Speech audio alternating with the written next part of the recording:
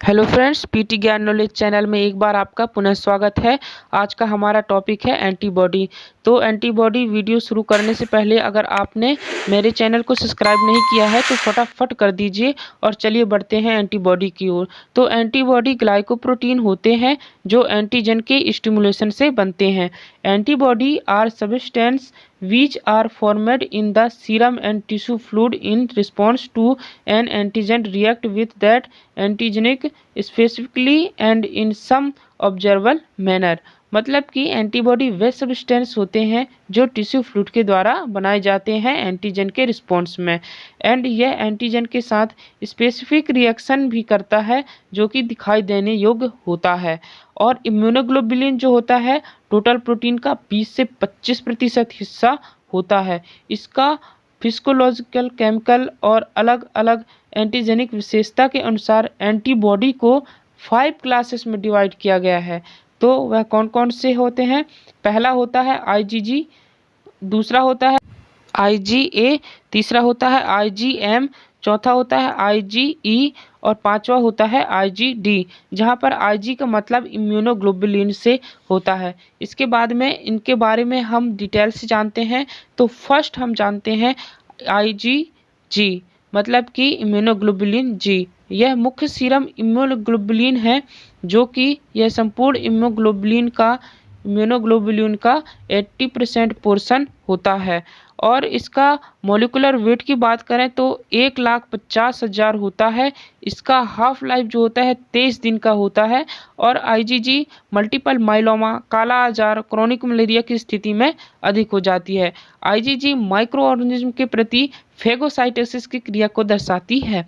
IgG के 4 सब classes होते हैं: आईजीजी1, आईजीजी2, आईजीजी3, आईजीजी4।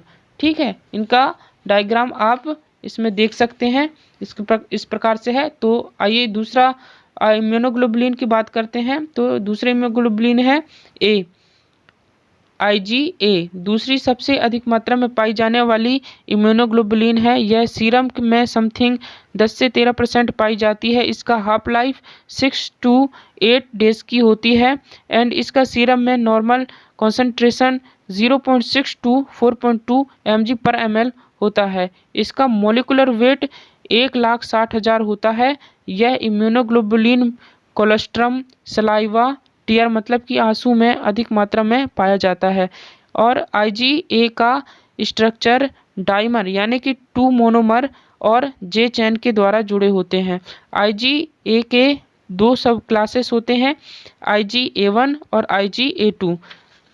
इनको भी आप डायग्राम में देख सकते हैं। अब आइए बात कर लेते हैं दूसरे इम्यूनोग्लोबुलिन की।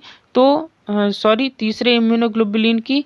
तो तीसरा इम्यूनोग्लोबुलिन होता है आईजीएम, मतलब कि इम्यूनोग्लोबुलिन एम। टोटल सीरम का आईजी का 5 to 10% पोर्शन होता है यह, और यह सीरम में 5 to 2 mg/ml पाया जाता है। इसका हाफ लाइफ जो होता है 5 डेज का होता है। इसका अणु भार 9 लाख से 10 लाख तक होता है। यह अधिक वेट वाला इम्यूनोग्लोबुलिन होता है।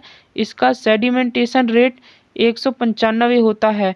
आईजीएम का अणु 5 पॉलीमर्स का बना होता है।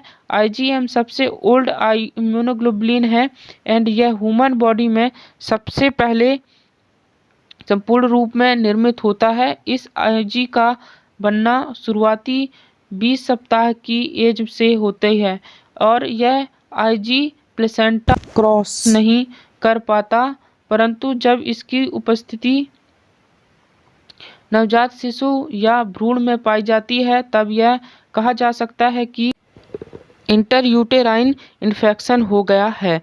आईजीएम का 1 अणु ह्यूमन हीमोलाइसिस कर सकता है, जबकि आईजीजी का हीमोलाइसिस करने के लिए 1000 मॉलिक्यूल की आवश्यकता होती है। इसके बाद में हम बात कर लेते हैं चौथे इम्यूनोग्लोबुलिन आईजीडी के बारे में। आईजीडी की संरचना आईजीजी के समान होती है। सीरम में इसकी मात्रा 3 mg/ml होती है। इसका हाफ लाइफ 3 डेज की होती है। IgD 2 सब क्लासेस में बांटा गया है, IgD1 और IgD2।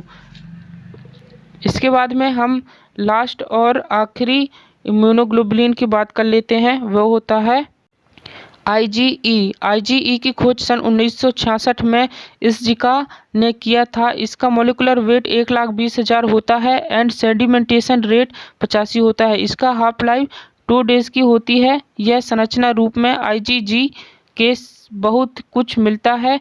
यह प्लेसेंटा को क्रॉस यानी कि पार नहीं कर पाता है। इसकी सीरम में मात्रा बहुत कम होती है, लगभग ना के बराबर कहें तो। ऐसे बॉडीज जो हेल्दी नहीं रहते हैं एंड प्रदूषित वातावरण में रहते हैं, उनके इंटेस्टाइन में पैरासाइट पाए जाते हैं, तब बॉडी में IgE की मात्रा स्वतः ही बढ़ जाता है। यह बड़ी हुई मात्रा बच्चे में होने वाले पैरासाइट के इन्फेक्शन को रोकता है एंड जब भी ह्यूमन बॉडी में किसी प्रकार की एलर्जी रिएक्शन होता है तब IgE की मात्रा क्वांटिटी बढ़ जाती है। तो इस प्रकार से हमने एंटीबॉडी के बारे में देखा। नेक्स्ट वीडियो में एंटीजन के बारे में देखेंगे। धन्यवाद।